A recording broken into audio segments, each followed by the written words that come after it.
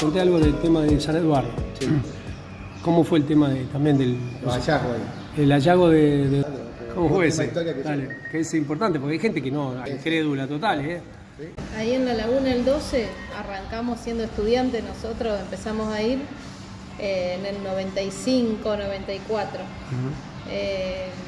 Y bueno, aparecía muy poco material, menos que lo que encontramos ahora acá en Los Leones, muy disperso, sí, algún resto de cerámica, algo elíptico, pero nada.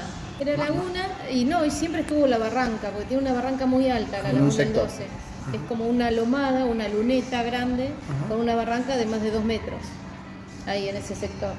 Y bueno, en el año 2003, después de las grandes inundaciones de todas las lagunas de acá de la zona, cuando empieza a bajar el agua, ahí en el 12, en ese sector, en la playa, quedan expuestos un montón de restos óseos principalmente, que era de fauna mucho y restos humanos.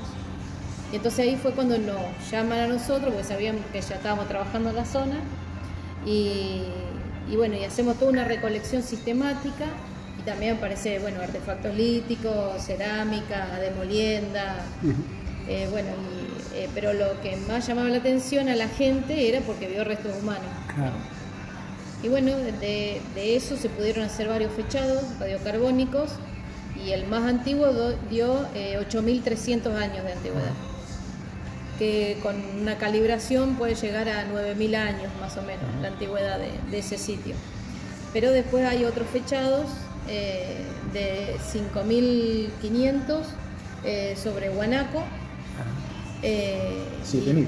7.000 sobre después 3.500 Claro. sobre restos óseos humanos también, y después sobre cerámica tenemos fechados en 2.500 siempre y 1.500. y 1.500.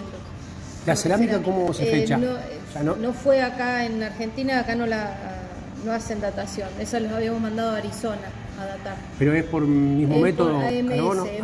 es otro método. No es carbono 14. Y lo que tratan de sacar son los restos orgánicos que quedó dentro de la pasta cerámica. Y así se puede llegar a fechar.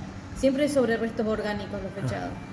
Por eso se fechan los huesos y las piedras no La las piedra pueden no hay fechar. forma, no hay forma de fechar. Carbón, bueno. Y en cuanto a restos de megafauna, ¿hubo algo ahí? Y de megafauna ahí, años después, que hicimos unas excavaciones, encontramos restos de Eutatus, que es parecido al tatú carreta, un poquito más grande, no es un gliptodonte, No es gliptodonte, sino es más chico, es como más Una parecido al tatú carreta. Una evolución más Digo, posterior. diferente. No sé, otra diferente, línea. otra Otra línea. Y Daciciunabus apareció también, que ese es un cánido, es entre podría decirte, entre un perro y un zorro, Ajá. un lobo.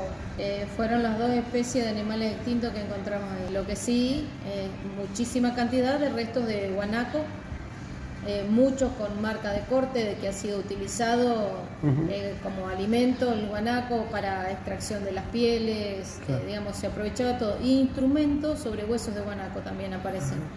¿Instrumentos para qué, por ejemplo? Puntas de lanza, raspadores para los cueros, punzones, todo sobre huesos de guanaco también aparece. Claro. Se da en muchos sitios que aparecen así instrumentos sobre hueso, y principalmente cuando están lejanos de las fuentes de aprovisionamiento de roca. Ah, claro. Acá, claro. acá al sur de Santa Fe estamos lejos de las sierras de Córdoba, de Tandil o de Ventana, digamos, como los probables principales lugares de donde provenían esas rocas que usaban. Entonces por eso usaban también los huesos como materia prima para fabricar instrumentos. Claro.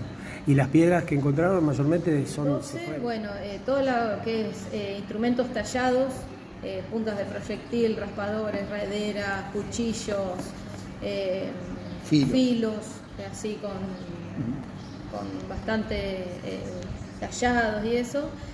La mayoría son de ortocuarcita, que es una roca de Sierras Bayas en las sierras de Tandil, y sobre estanita o calcedonia, que también es de la zona de Olavarría, los principales afloramientos de esa roca. Son las principales materias primas. No quiere decir que no haya otra, hay cuarzo, hay otras areniscas, hay ópalos, digamos, hay otras rocas también representada. Y en los que son los instrumentos de molienda, como los morteros, los molinos, las manos de moler y todo eso, también hay mucha variedad en materias primas y principalmente lo que más hay son esquistos o granitos, digamos, y con muchas probabilidades de que provengan del sur de las sierras de Córdoba y del norte de La Pampa, que hay unos afloramientos de granito en el norte de La Pampa. ¿Y datos para decidir si eso fue algo sedentario, fueron nómades? Estos grupos, siempre hablamos nosotros que fueron nómades, de una alta movilidad. Lo que no quiere decir que ese lugar sea un lugar recurrente de asentamientos, que se hayan asentado en diferentes momentos en el mismo lugar. Puede ser porque consideraban que era un lugar sagrado, la laguna, porque era un lugar que ya sabían que había, qué sé yo, buenos pastizales o buena agua o lo que fuere, pero era recurrente. Y lo que nos dice eso también es que haya entierros humanos ahí. A partir del análisis de los restos humanos pudimos identificar como número mínimo de individuos, lo que puede ser más, porque como los restos aparecieron, no el entierro de cada cuerpo, sino todos mezclados, los huesos humanos, entonces se hace todo un recuento para ver al menos cuántos individuos podría haber, y tenemos un número mínimo de 17 individuos, adultos, juveniles y niños, de todas las edades, mujeres y hombres, de todo.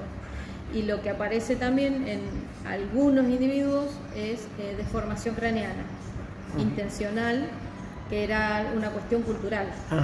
Así como o sea, alargado. Claro, tabular, y nosotros siempre cuando damos las charlas a las escuelas les decimos, así como hoy está muy de moda hacerse tatuajes o ponerse piercing, bueno, ellos una cuestión así estética y cultural era la deformación craneana. Estamos hablando de chicos, a lo mejor con cintas de cuero, se iban como apretando el cráneo para son etapas prehispánicas, digamos. No lo conocieron los españoles, sino anteriores. Claro. Y con respecto a los molinos, así, ¿se puede detectar si había, por ejemplo, algún tipo de maíz, algún tipo de cereal o no? Hasta el momento te diría que no había maíz. Hasta el momento. Estamos tratando de hacer análisis de fitolitos, que son microrestos de sustancias en las bases de los molinos. En la base. En las bases se de los pueden molinos, conservar todavía. Claro, hay que hacer como unos cortes delgados también. Los microrestos que aparecen en base a los ácidos grasos o a los almidones presentes en esos restos orgánicos que pueden haber quedado, se puede llegar a identificar a ver qué sustancias estaban moliendo. Claro. ¿Hay algunas que ya hayan identificado, por ejemplo? Lo que sí podemos identificar que se molía era pigmentos. Pigmentos minerales. Para decoración, para pintura, digamos, para pintura. Corporales, puede haber sido para la para ropa. la cerámica, para los cueros corporales. Esos pigmentos que esos pigmentos, hay una tendencia con la idea de ocre, digamos. Venado de las Pampas y ñandú. En segundo lugar, como el ñandú. Que lo que se está viendo es como el guanaco era como un recurso que sacaban de todo. El guanaco no solo la carne para alimentarse, sino los cueros, los tendones para atar las puntas de proyectil, para hacer los arcos, ¿no? Los tendones de los bichos.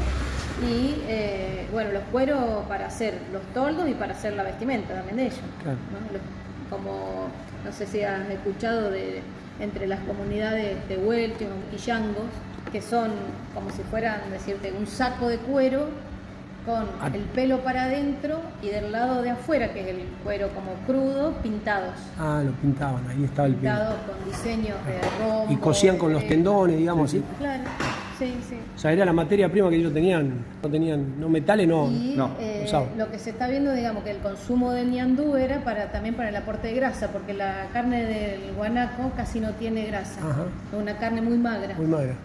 Y entonces el ñandú, como la mayoría de las aves, son más grasosas, y entonces el aporte de grasa venía por parte del ñandú.